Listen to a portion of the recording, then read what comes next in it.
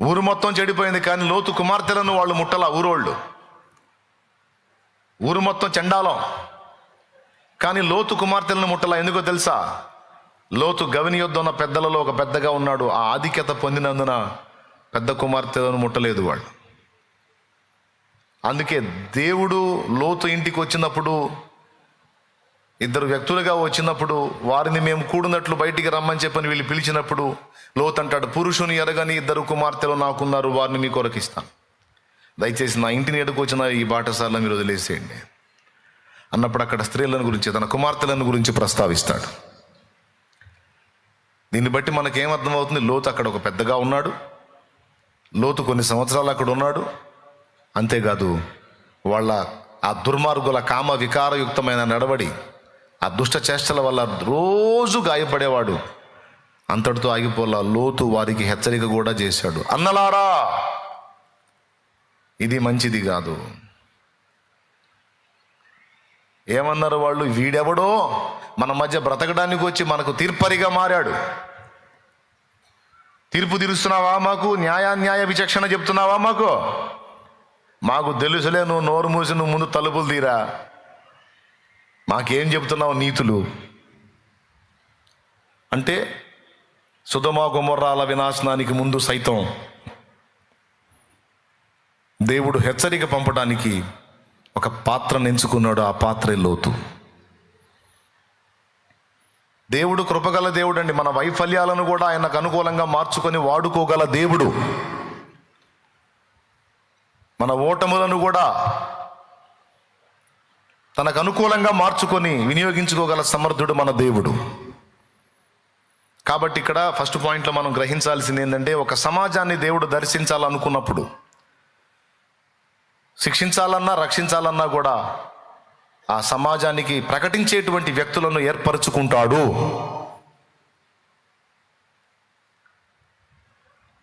ఏర్పరచుకొని వారి ద్వారా తన వాక్కును సమాజానికి పంపిస్తాడు. ఇది దేవుని పద్ధతి ఆది నుండి. దేవునికి స్తోత్రం కలుగును గాక. హనోకు దినములలో కూడా అంతే జరిగింది. హనోకును అలాగునే ఏర్పరచుకున్నాడు దేవుడు. కాబట్టి ప్రకటించుటకు కొంతమందిని ఏర్పరచుకుంటాడు. ప్రకటించే వాళ్ళు ఉండాలి. ఇక వాళ్ళ పని దేవుని యొద్ద నుండి సందేశం పొందటం, ప్రజలకు ఇవ్వటం. ఏమైనా అర్థమైందా? ప్రకటించటం వాళ్ళ పని. నినివే పట్టణము నాశనము కాకుండా యోనాను ఏర్పరచుకొని, యోనా నేను పోను అని మల్లబడితే సముద్రంలో పడేటట్టు చేసి తిమింగలం కడుపులో 3 రోజులు నానబెట్టి యోనాకు సానబెట్టి తీసుకెళ్ళి ఆ నినివే పట్టణస్థుల ప్రాంతానికి ప్రకటింపజేశాడు. అట్లా మీరు గమనిస్తే ప్రతి తరములోనూ ప్రతి జనములోనూ దేవుడు సమాజం మీదికి శిక్ష రప్పించాలన్నా, సమాజానికి రక్షణ రప్పించాలన్నా ముందు సమాజానికి ప్రకటించేటువంటి సమాచారకుల్ని ఖచ్చితంగా ఏర్పరచుకుంటాడు. మీలో కొంతమంది అట్టివారై ఉన్నారు, మనలో కొంతమంది అట్టివారం. ఆయన ప్రకటన సమాజానికి అందించే వారముగా మనల్ని ఏర్పరచుకున్నాడు. వాళ్ళకి అది భారం, వాళ్ళకి అదే భారం. ఎప్పుడు ప్రకటిస్తూ ఉంటారు, హెచ్చరిక చెప్తూ ఉంటారు, జాగ్రత్త చెప్తూ ఉంటారు, దేవుని సందేశాలు అందిస్తూ ఉంటారు, జాగ్రత్త చేస్తూ ఉంటారు. వాళ్ళ హృదయంలో దేవుడు పెట్టిన భారం అది, దేవుడు వారికి ఇచ్చిన పిలుపది. ఇక వాళ్ళ నోరు మూతపడతాం.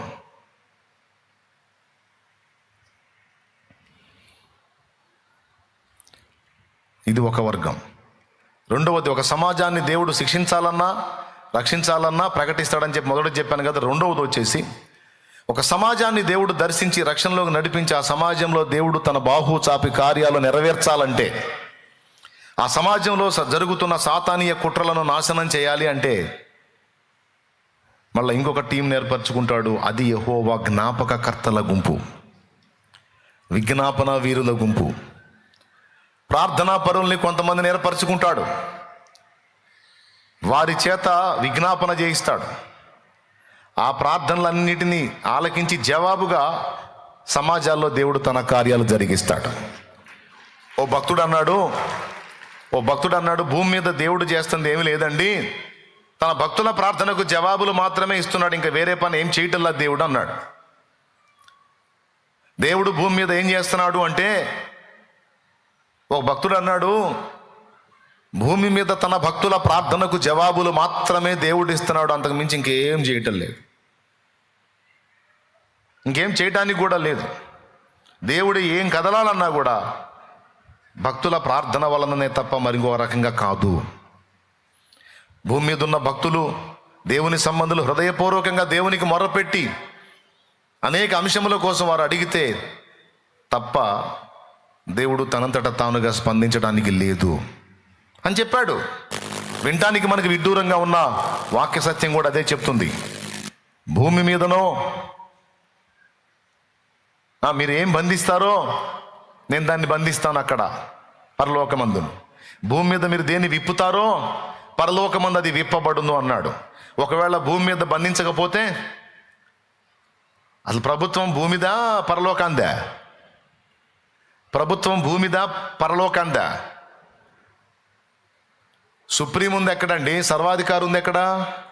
మరి అక్కడి నుంచి కదా గవర్నమెంట్ పాస్ అవ్వాల్సింది, ఆర్డర్ అక్కడి నుంచి కదా రావాల్సింది. కానీ ఇక్కడ రివర్స్, భూమి మీద నుంచి ఆర్డర్ జారీ అవుతుంది, అక్కడ ఆమోదించబడిద్దట.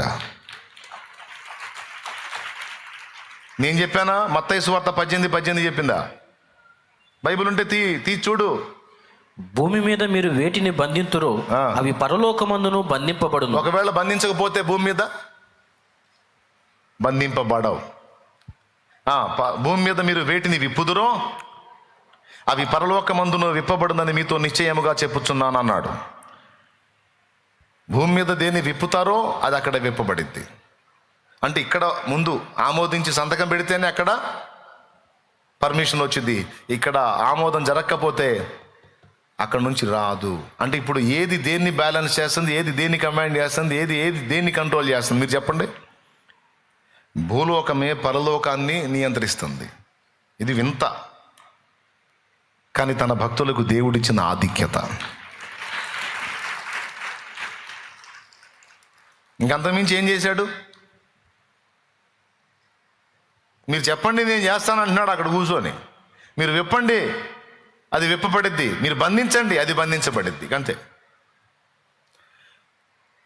అని. అది ఏ సందర్భంలో చెప్పాడు?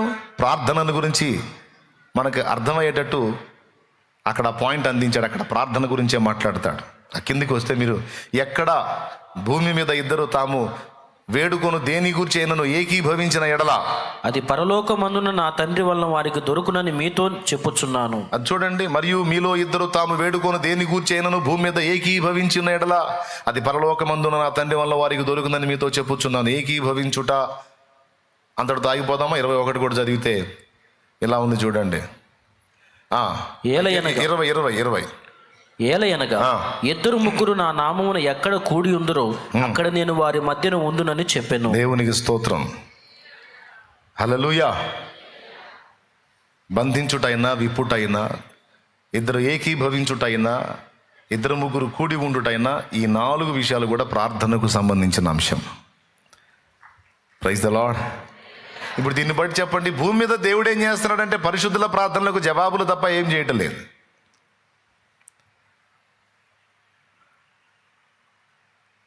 మరి భూమి మీద కొన్ని విలయాలు జరుగుతున్నాయి కదా, దానికి కారణం ఏంటి? పరిశుద్ధుల ప్రార్థనలేనా? అంటే ప్రభువా సమాజాన్ని దర్శించు, ప్రజల్ని రక్షించు, నీ ఉన్నావన్న గ్రహింపు వారికి కలిగించు, నిన్ను గూర్చిన స్పృహ వారికి అందేటట్టు చేయని భక్తుడు ప్రార్థించినప్పుడు మరి దేవుడు అలా స్పందించకపోతే వీడికి అక్కదగా మనిషికి. ఒరే నేను ఒకడు ఉన్నాను, ఓవర్ యాక్షన్ చేయవాకండి అని దేవుడు సంకేతాలు ఇవ్వాలి. నువ్వు ఉన్నావని వాళ్ళకి అర్థమై భయపడి వాళ్ళ బ్రతుకులు మార్చుకున్నట్లు దయచేసి కదులు ప్రభువా అని భక్తుడు ప్రార్థన చేస్తే దేవుడు కొన్ని కార్యాలను భూమి మీద జరిగించి తన ఉనికిని చూపిస్తాడు. తద్వారా మనుషులు గుండెల్లో భయం కలిగి దేవుని వైపు మళ్ళుతారు. పరోక్షంగా ఇది కూడా ప్రార్థనకు జవాబే.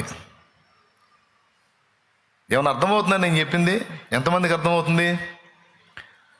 కాబట్టి ఏది జరగాలన్నా దేవుడు తన పరిశుద్ధుల ప్రార్థనకు మించి అడుగు వెయ్యడు. అందుకే అనేక చోట్ల పరిశుద్ధ గ్రంథంలో ప్రార్థన చేయండి, ప్రార్థన చేయండి, ప్రార్థన చేయండి, ప్రార్థన చేయండి అని పిలుపునిచ్చాడు. కాబట్టి దేవుడు ఏర్పరచుకున్న వాళ్ళలో కొంతమంది ప్రకటించే వాళ్ళైతే కొంతమంది ప్రార్థించేవాళ్ళు, ప్రకటించేవాడు ఉండాలి, ప్రార్థించేవాడు కూడా ఉండాలి. ప్రకటించడానికి లోతును పంపించాడు సొదొమ గొమొర్రాలకి. ఆ లోతు అందులో నాశనం కాకుండా, వాళ్ళ ఎఫెక్ట్ లోతు మీద పడకుండా, లోతు భద్రంగా ఉండడానికి అబ్రహాం చేత విజ్ఞాపన చేయించాడు లోతు కోసం.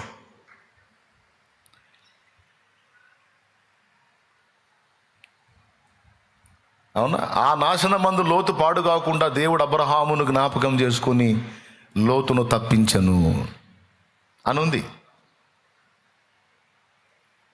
ప్రకటించేవాడు ప్రకటించడానికి పోతే వాని పక్షంగా ప్రార్థించేవాడు ప్రార్థించాలి. లేకపోతే ప్రకటించేవానికి ఒక ప్రమాదం ఉంది, భ్రష్టత్వం వాని వెంటనే తిరుగుతూ ఉంటుంది. తెలుసా మీకు? ప్రకటించేవాడిని ప్రొటెక్ట్ చేసేది ప్రార్థనా పరులే. ప్రార్థనా పరులు ప్రార్థన అనే ప్రాకారాన్ని ప్రకటించేవానికి వెయ్యకపోతే కొన్ని నష్టాలు జరుగుతాయి. వాని ప్రకటన నిస్తేజం కావచ్చు, లేదా వానిలో ప్రకటన ఆసక్తి తగ్గిపోవచ్చు. ప్రకటన ఆసక్తి అంటే దేవుని గురించి ఇతరులకు పరిచయం చేయటం అనే ఆసక్తి సన్నగిల్లొచ్చు. లేదా ఇతరులకు ప్రకటించి ప్రకటించి ప్రకటించి తానే ఆత్మీయతలో దిగజారిపోయి భ్రష్టుడవచ్చు. ఇవన్నీ గ్రంథంలోనే ఉన్నాయి. అనేకులకు ప్రకటించిన పిమ్మట నేనే భ్రష్టుడు నగుదునేమో అనుకొని నా శరీరమును నలగొట్టుకొని దాన్ని లోబరుచుకొనుచున్నానని పౌలు అన్నాడు. 1 కొరింథీ 9వ అధ్యాయము 27వ వచనం. ఒకసారి చూడండి, ప్రకటించేవాడికి ఎంత డేంజర్ ఉందో చూడండి. గాలిని కొట్టినట్టు నేను పోట్లాట్లో లేదు గాని, ఒకవేళ ఇతరులకు ప్రకటించిన తరువాత నేనే భ్రష్టుడనై పోవుదునేమో అని నా శరీరమును నలుగుగొట్టి దాన్ని లోపరుచుకొనుచున్నాను. ఇతరులకు ప్రకటించిన తరువాత భ్రష్టుడైపోవటం ఏంటి? చిన్నప్పుడు కోడిగుడ్డు బుడ్లను వచ్చే లాంతర్లు దీపాలు వచ్చాయి కదా, చిన్న చిన్నవి. ఆ దీపం మనం వెలిగించి పెడితే ఇంట్లో చుట్టూ ఇంటి మొత్తం వెలుగు ఉంటుంది, కానీ దీపం కింద చీకటి ఉంటుంది. ఎంతమందికి తెలుసు? ఇంటి మొత్తానికి వెలుగు ఉంటుంది, ఆ దీపం పెట్టిన ప్లేస్లో మీరు గమనిస్తే దీపం కింద రౌండ్గా నల్లటి చీకటి ఉంటుంది. ఏమన్నా గుర్తుందా? చిన్నప్పుడు మనం చదువుకోవడానికి వెళ్ళినప్పుడు సీసాలని దీపాలుగా చేసుకొని వెళ్ళేవాళ్ళం కదా. అప్పుడు కరెంటు కోతలు ఎక్కువ ఉండే. ఆ దీపాలు పెట్టుకొని చదువుకోవాలి. ఆ దీపం వెలిగిస్తే దాని కింద చిక్కటి నల్లటి చీకటి ఉంటుంది. అవునా? లేదు, ప్రయోగం చేయాలంటే మార్కెట్లో దొరికిద్దిగా, ఇప్పుడు కూడా దొరుకుతాయి. తీసుకెళ్ళి వెలిగించి చూడండి ఏమైంది, శాలేమన్న చెప్పినట్టు ఉంటుందో లేదో అని. అట్లాగా ప్రకటించేవానికి శత్రువు వెన్నంటి ఉంటాడు వాడు. ఎందుకంటే ఇతరులకు ప్రకటించేవాడిని భ్రష్టత్వంలోకి నడిపిస్తే, ప్రకటించేవాడే లేకుండా నాశనం అయితే గొడవ ఉండదు కదా. అందుకని ప్రకటించే వాళ్ళని ప్రత్యేకంగా టార్గెట్ చేస్తాడు సైతాను. ఏ విధంగా అంటే ముందు చెప్పాను, ప్రకటనాసక్తి వాళ్ళతో తగ్గిపోయేటట్టు కుట్ర చేస్తాడు. ఇతరులకు దేవుణ్ణి పరిచయం చేసే విషయంలో వారు ఆసక్తిలో దిగజారిపోయేటట్టు. రెండవది, ఇతరులకు ప్రకటించి ప్రకటించి ప్రకటించి వీరు భ్రష్టత్వంలోకి వెళ్ళేటట్టు వీళ్ళని శోధిస్తాడు. లేదా వీళ్ళు ఎక్కడ తిరిగి ప్రకటిస్తున్నారో ఆ లోకపు ఛాయ వీరి మీద పడేటట్టు వాడు కుట్ర చేస్తాడు. ఈ 3. నంబర్ 1, ప్రకటనాసక్తి సన్నగిల్లిపోవటం, లేదా ప్రకటించి ప్రకటించి లోకము యొక్క నీడ వారి మీద పడి భ్రష్టత్వంలోకి వెళ్ళిపోవటం. 3వది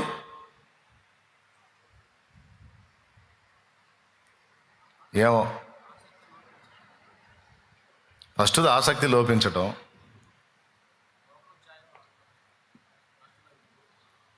ఏ లోకంలో వీళ్ళు తిరిగి ప్రకటిస్తున్నారో దాని ఎఫెక్ట్ వాళ్ళ మీద పడేటట్టు చేసి. ఇప్పుడు లోతున్నాడు అక్కడ. లోతు సొదొమలో ఉన్నాడు. సొదొమలో జరుగుతున్న సన్నివేశాలు రోజు చూస్తున్నాడు. కానీ గొప్ప విషయం ఏంటంటే, అంత దారుణంగా వాళ్ళు జీవిస్తున్న వాళ్ళ మధ్య లోతు నీతిగానే ఉన్నాడని బైబిల్ చెప్పింది.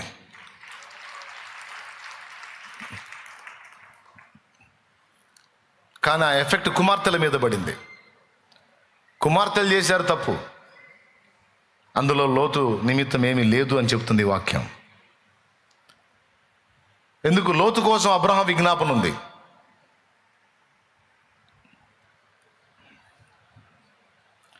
ప్రకటించేవాడిని భ్రష్టత్వం కాచుకుంటుంది,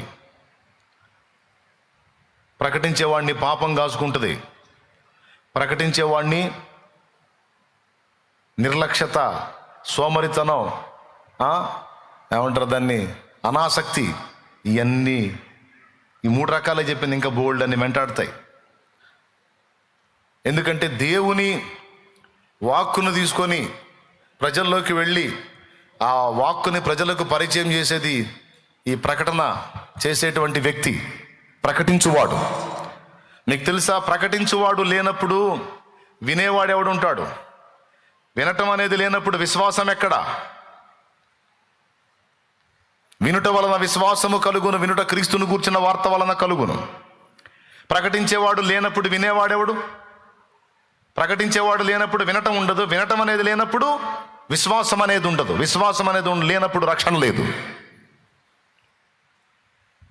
రక్షణ కావాలంటే విశ్వాసం కావాలి, విశ్వాసం కావాలంటే ముందు వినాలి, వినాలంటే ముందు ప్రకటించేవాడు కావాలి. ఇప్పుడు ప్రకటన అనేది ఎంత కీలకమో చూడండి.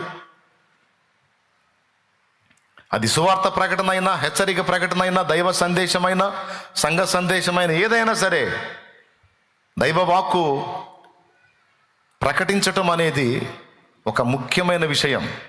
ఈరోజు మనందరం రక్షణలోకి వచ్చామంటే మనకు ప్రకటించబడింది దేవుని వాక్యం.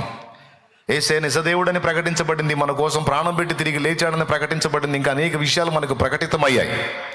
దాన్ని బట్టి మనం దేవుని పాదాల దగ్గరికి వచ్చాం. అదే ప్రకటించే వాళ్ళు త్యాగాలు చేసి వాళ్ళు ప్రకటన చేయకపోతే, మన దాకా సువార్త రాకపోతే, మనం దేవుని గురించి వినకపోతే మన రక్షణ ఎక్కడా, మన విశ్వాసం ఎక్కడా, నిరీక్షణ ఎక్కడా, నిత్య జీవం ఎక్కడా? ఇవన్నీ దేంతో ముడిపడి ఉన్నాయి? ఒక ముక్కలో చెప్పేసేయండి మీరు, ప్రకటించేవాడు. అందుకని సైతాన్ ఏం చేస్తాడు? ఎవరిని టార్గెట్ చేస్తాడు? అది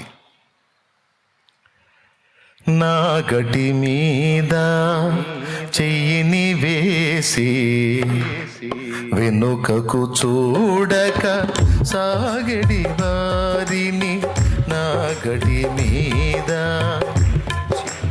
వేసి వెనుకకు చూడక సాగెడి వారిని, భారము కలిగి సువార్త గింజలు, భారము కలిగి సువార్త గింజలు, దున్నిన ఎదలు చల్లెడి వారిని, దున్నిన ఎదలు చల్లెడి వారిని, పంపుము దేవా పనివారలను, పంటను కోయుటకు నేడు, పంటను కోయుటకు. Praise the lord.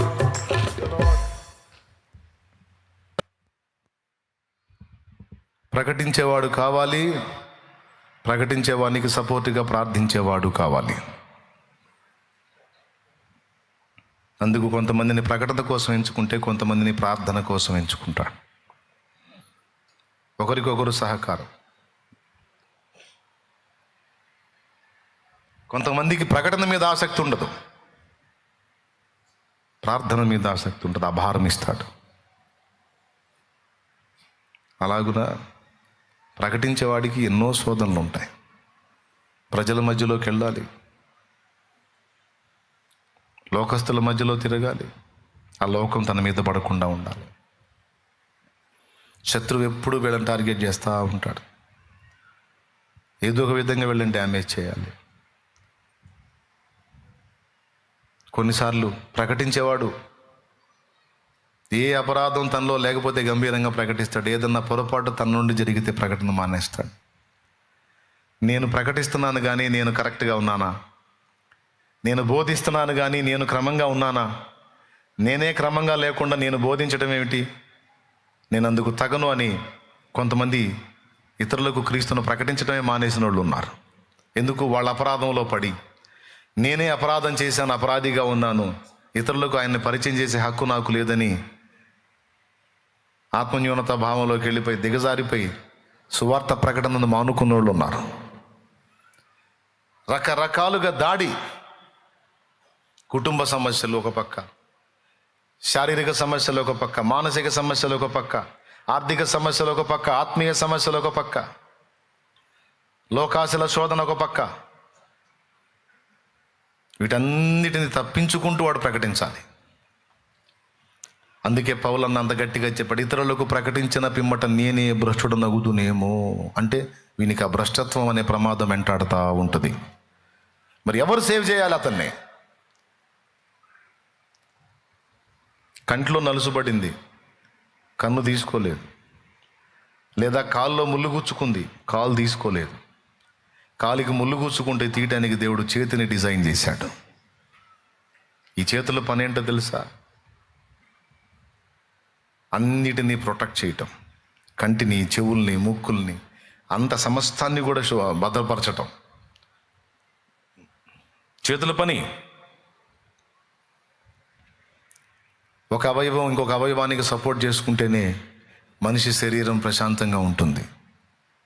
ఒక అవయవం మరొక అవయవాన్ని సపోర్ట్ చేయాలి, భద్రపరచుకోవాలి. అప్పుడే శరీరం అనే వ్యవస్థ నడుస్తుంది. అలాగే సంఘం కూడా అనేక అవయవాలుగా ఉండినను క్రీస్తు శరీరమై ఉంది అనేది దేవుని వాక్యం చెప్పింది. ఇందులో ఒక టీంకి సపోర్ట్ చేయాలి. ఇది ఖచ్చితంగా దేవుడు నియమించిన క్రమం, చట్టం. అందుకే నేను 2 చేతులు ఎత్తి దండం పెట్టి మరీ చెప్పా.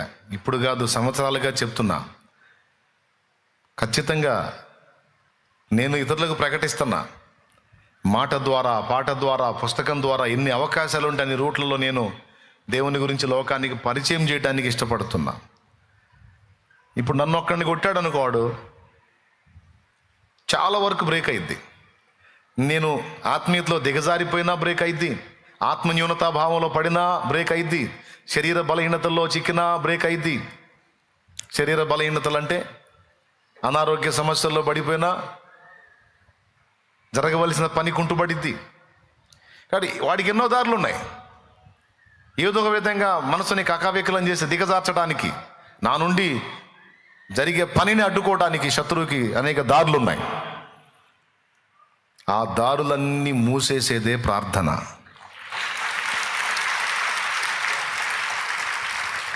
దయచేసి ప్రార్థనా సేవని తక్కువ అంచనా వేయొద్దు. ప్రకటించటం గొప్ప సేవ అయితే, ప్రకటించేవాడిని ప్రొటెక్ట్ చేయటం అనేది ప్రార్థనా సేవ. అది ఇంకా జటిలమైంది, కీలకమైంది, శ్రేష్టమైంది. ప్రకటించిన ప్రకటనలు కూడా విజయవంతం కావాలంటే కూడా ప్రార్థనలోనే ఉంది.